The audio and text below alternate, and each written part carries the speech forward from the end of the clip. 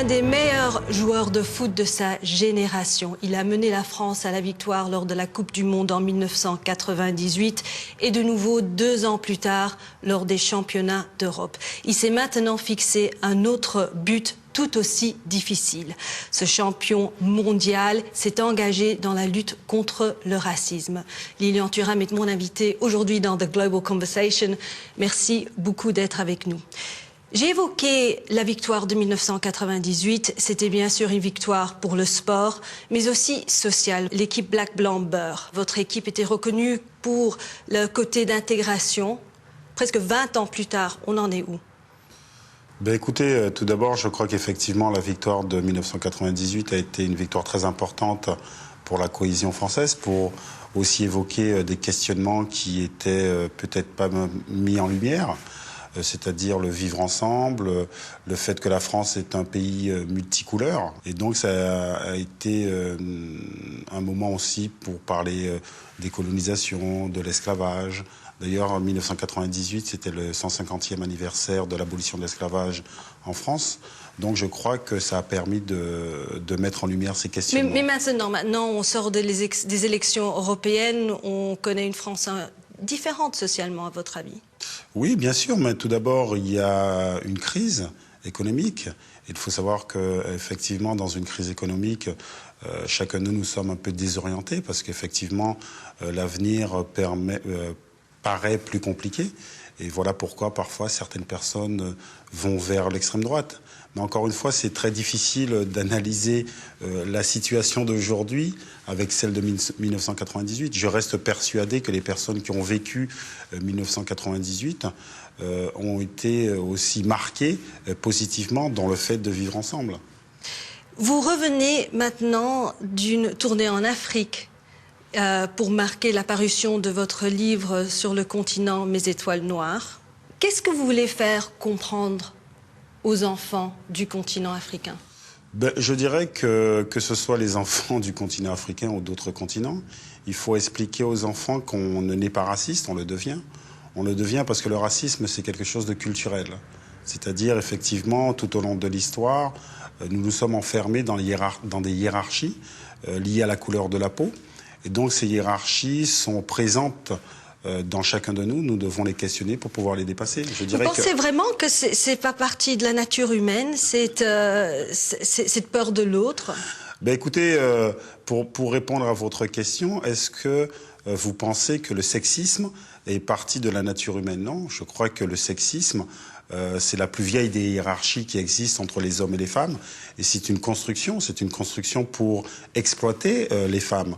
Et le racisme, c'est exactement la même chose. À un moment donné de l'histoire, pour pouvoir exploiter les personnes de couleur non blanche, il fallait essayer de construire leur infériorité. Et lorsque vous parlez à ces jeunes Africains, le message, il passe ? Le message passe parce qu'encore une fois, j'essaie de leur montrer que nous sommes dans l'imitation. Et comme nous sommes dans l'imitation, souvent nous nous enfermons dans des couleurs de peau, dans des religions, dans des modes de pensée. C'est-à-dire qu'il faut questionner nos modes de pensée parce qu'encore une fois, chacun de nous, nous sommes le fruit du passé. Nous sommes le fruit du passé. Et encore une fois, je vous dis que ce qui est très intéressant, par exemple, quand je m'amuse avec les enfants sur les couleurs de peau. Et donc, je leur dis, voilà, vous êtes de quelle couleur ? Bon, donc, il y en a qui me disent qu'ils sont noirs, il y en a qui me disent qu'ils sont blancs. Et donc, je leur montre qu'en fait, que le blanc et le noir n'existent pas, en fait. C'est une façon de dire. Et ça, je l'ai appris avec mes enfants.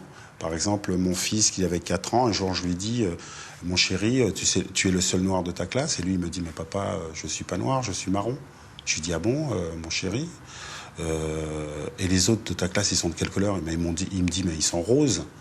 Et donc, vous voyez bien que même le fait de se dire blanc ou noir, c'est un conditionnement. Et donc, je trouve que c'est ça, c'est questionner les enfants sur notre façon de penser le monde. Et le racisme est vraiment lié à la façon de penser le monde. Mais alors, ce qui m'amène à votre BD, Notre Histoire, ça c'est vraiment pour essayer de faire comprendre à les enfants les faits qu'il n'y a pas de race différente, que nous sommes tous une race humaine.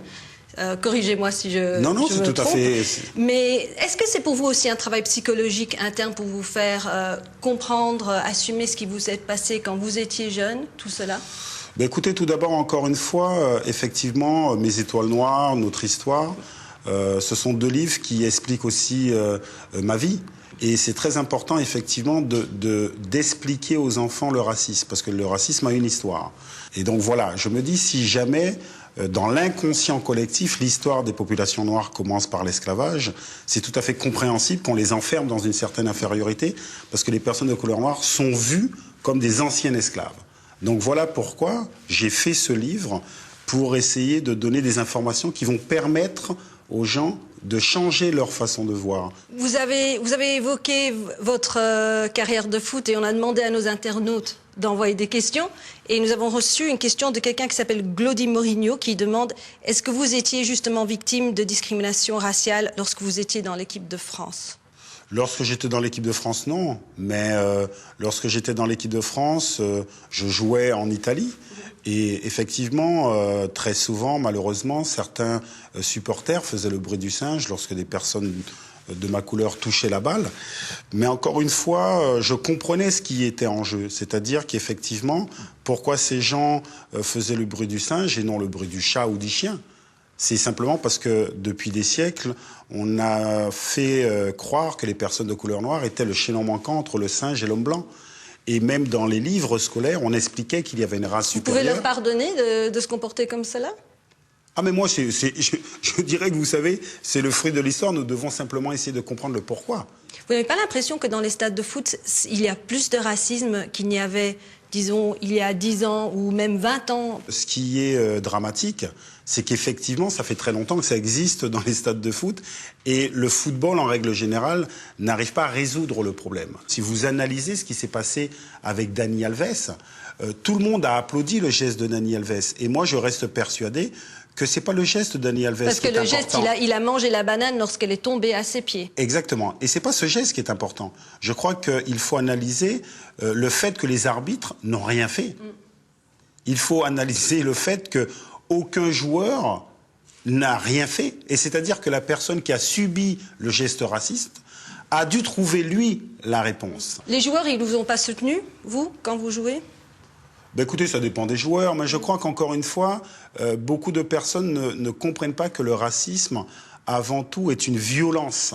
Lorsque je voulais prendre position pour dénoncer les paroles racistes ou les actes racistes, et ben beaucoup de joueurs disaient « Non, mais tu sais, c'est pas grave, c'est juste pour te déstabiliser ». Et je dirais qu'encore une fois, le racisme dans le football est moins dangereux que le racisme qu'il y a dans la société. Comment vous pouvez dire ça? Parce que le football, il est tellement influent sur la société. Non, parce qu'encore une fois, regardez, lorsque vous êtes joueur de foot et que, par exemple, moi, je subis le racisme, à ce moment-là, je sais exactement ce qui se passe. Quand quelqu'un me fait le bruit du singe, c'est pour simplement dire, voilà, certes, tu es joueur de foot, tu es connu, tu as de l'argent, mais tu restes inférieur à moi parce que je suis blanc. Mais vous savez, moi, j'ai aucun doute que je n'ai pas de problème et que ces gens-là ont un problème. Mais par contre, lorsque vous subissez du racisme, lorsqu'on ne vous donne pas un emploi, lorsqu'on ne vous donne pas un appartement, lorsqu'il y a des préjugés très négatifs qui fait que vous ne pouvez pas gravir des champs, là, c'est une vraie violence. Justement, alors nous avons reçu une question de quelqu'un qui s'appelle Arthur Eld qui demande « Est-ce que FIFA et UEFA font assez pour combattre le racisme dans les stades ?» Ben écoutez, effectivement, ils mettent en place des campagnes contre le racisme, mais je pense qu'ils peuvent aller plus loin, bien évidemment. Comme je vous ai dit, c'est anormal que le football n'ait pas trouvé la solution la plus juste en un espace aussi long. Et donc, ça veut dire que les réponses données, comme la réponse donnée de Dani Alves, n'est pas la meilleure réponse, puisque la semaine d'après, il y a eu la même chose faite à un joueur de l'AC Milan. J'ai reçu une question de Chrétien Wemby qui dit « Projetez-vous de devenir entraîneur d'une équipe de football un jour ?» Ben écoutez, non. Je dois avouer que ce que je fais aujourd'hui me semble beaucoup plus important que d'être entraîneur de foot. Est-ce qu'il y avait un moment charnière pour vous, qui vous êtes dit « Quand je termine avec le foot, je vais me lancer dans cette lutte contre le racisme » ? Moi, je suis né à la Guadeloupe. Je suis arrivé à Paris à l'âge de 9 ans. Et à l'époque, à la télévision, il y avait un petit dessin animé où il y avait deux vaches, une vache noire très très stupide qui s'appelait la Noiraude, une vache blanche très intelligente qui s'appelait Blanchette. Et certains de mes camarades m'appelaient du nom de cette vache noire, la Noiraude. Et moi, ça m'attristait. Et je me souviens, un jour, je rentre à la maison, je demande à ma maman pourquoi les personnes de couleur noire sont vues négativement. Et donc, elle n'a pas su me répondre. Elle m'a dit, tu sais, mon chéri, c'est comme ça, les gens sont racistes, ça ne va pas changer.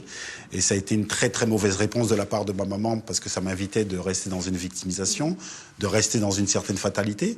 Et fort heureusement, je me suis questionné et donc j'ai compris que le racisme, c'était une construction intellectuelle et donc on pouvait la déconstruire. La montée du Front National, ça pourrait aussi indiquer le fait que les Français assument le racisme ou la peur de l'immigré plus. Est-ce qu'il y aura un moment où vous vous direz « je vais quitter la France » ? Mon grand-père est né en 1908, donc 60 ans après l'abolition de l'esclavage en France. Ma mère est née en 1947, pendant la ségrégation aux États-Unis, pendant les colonisations. Moi, je suis né en 1972, pendant l'apartheid en Afrique du Sud. Et donc, nous sommes en 2014. Et je reste persuadé quand même que lorsque mon grand-père est né, il y avait beaucoup plus de racisme. Il fut un temps, les personnes de couleur noire ne faisaient pas partie de l'humanité.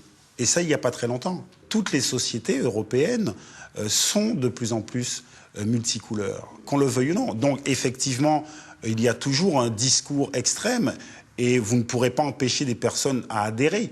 Mais je pense que c'est extrêmement dangereux de vouloir banaliser le racisme en disant que les gens sont de plus en plus racistes. Je pense qu'effectivement, en France, il y a de plus en plus de gens ouverts à la diversité. Une question de Samer Chaloub qui demande comment la politique et les réformes peuvent-elles aider dans la lutte contre le racisme. Vous étiez très critique de Nicolas Sarkozy, l'ex-président français. Est-ce que vous pensez que François Hollande fait mieux ? Lorsque vous êtes président de la République française et que vous pouvez tenir un discours comme M. Sarkozy l'a fait par exemple à Dakar, où il explique que l'homme noir n'est jamais rentré dans l'histoire, c'est un discours raciste. Lorsque vous allez dans les banlieues françaises et que vous dites qu'il faut laver au Karcher, c'est un discours raciste. Et M. Hollande n'a pas tenu de discours raciste pour l'instant. Et si jamais il tient un discours raciste, je dénoncerai ses propos.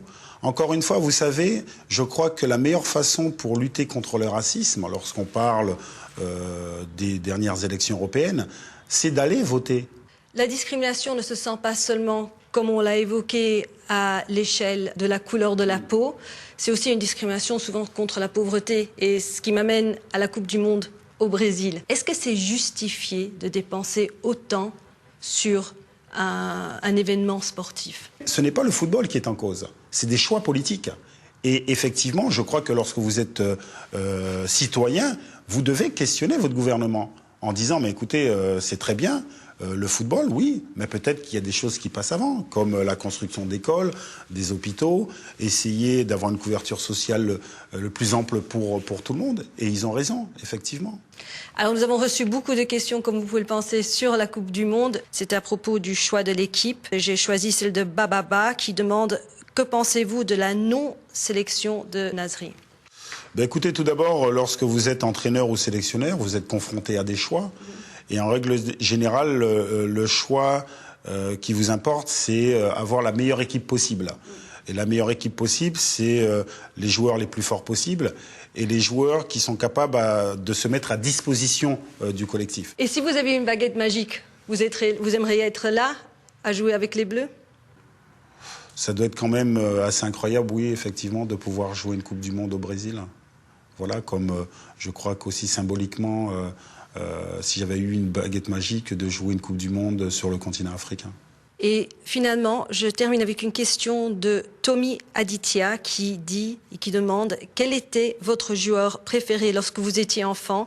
Et moi, je rajoute et maintenant. Écoutez, lorsque j'étais enfant, mon joueur préféré c'était Jean Tigana, parce que je jouais au milieu de terrain et je trouvais que c'était le meilleur joueur du monde. Voilà. Et aujourd'hui, je n'ai pas de joueur préféré. Il y a des joueurs quand même assez extraordinaires. C'est-à-dire que lorsque vous voyez des joueurs comme Messi, Cristiano Ronaldo, Yaya Touré, c'est des joueurs qui sont extraordinaires. Donc choisir un joueur préféré, je crois que souvent, ça, c'est les enfants. Donc, comme j'ai grandi un petit peu, voilà, donc je n'ai pas qu'un joueur préféré. Lilian Thuram, merci beaucoup. Merci à vous. Pour votre temps. Merci beaucoup.